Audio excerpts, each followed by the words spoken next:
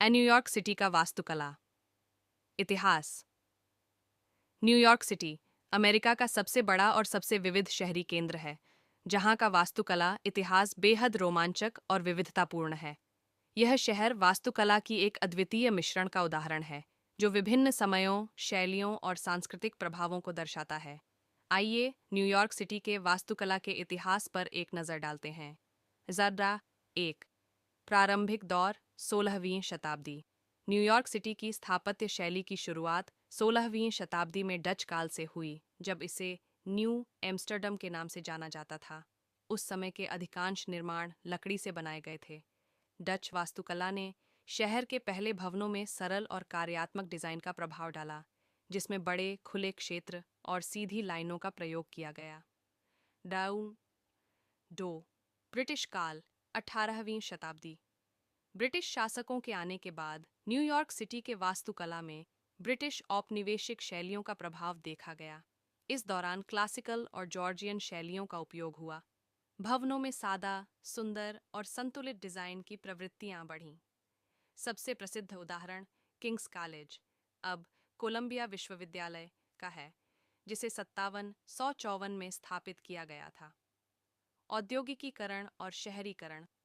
19वीं शताब्दी में न्यूयॉर्क सिटी ने अपनी वास्तुकला में बड़ी बदलाव देखे। इस समय शहर का तेजी से विस्तार हुआ और औद्योगिकीकरण के कारण नए भवनों और संरचनाओं की आवश्यकता महसूस हुई। लोहा और स्टील का उपयोग। औद्योगिकीकरण के साथ लोहा और स्टील की इमारतों का निर्माण शुरू हुआ। पहला स्काईस्क्रैपर, आसमान को छूने वाली इमारत, 1880 के दशक में बना। गॉथिक और रोमांटिक शैलियाँ। गॉथिक रिवाइवल और रोमांटिक शैलियों का प्रभाव भी दिखाई दिया। डराहिन 4। 20वीं शताब्दी, आधुनिक वास्तुकला और आर्ट डेको। 20वीं शताब्दी में न्यूयॉर्क सिटी का वास्तुकला और भी समृद्ध हुआ।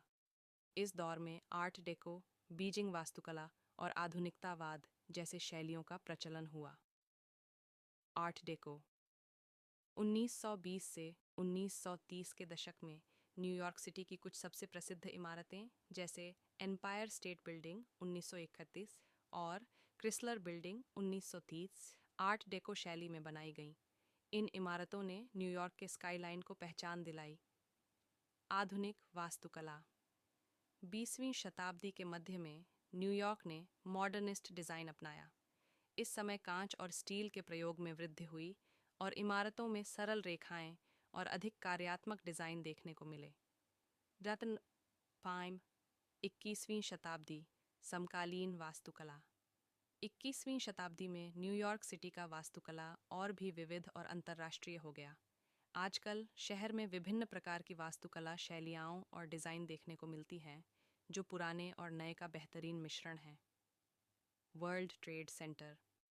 2001 के हमलों के बाद नए वर्ल्ड ट्रेड सेंटर को बनाया गया, जो समकालीन और पर्यावरण फ्रेंडली डिज़ाइनों का आदान प्रदान करता है।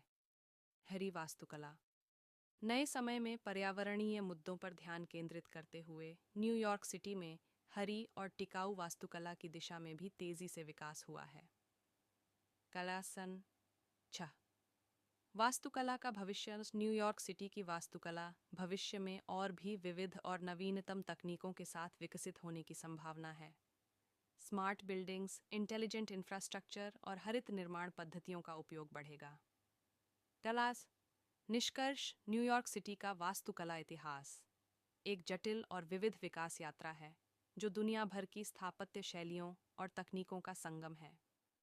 यह शहर न केवल ऐतिहासिक महत्व का है, बल्कि आज भी अपनी अनूठी और अभिनव डिजाइन के साथ वैश्विक दृष्टिकोण में अग्रणी है।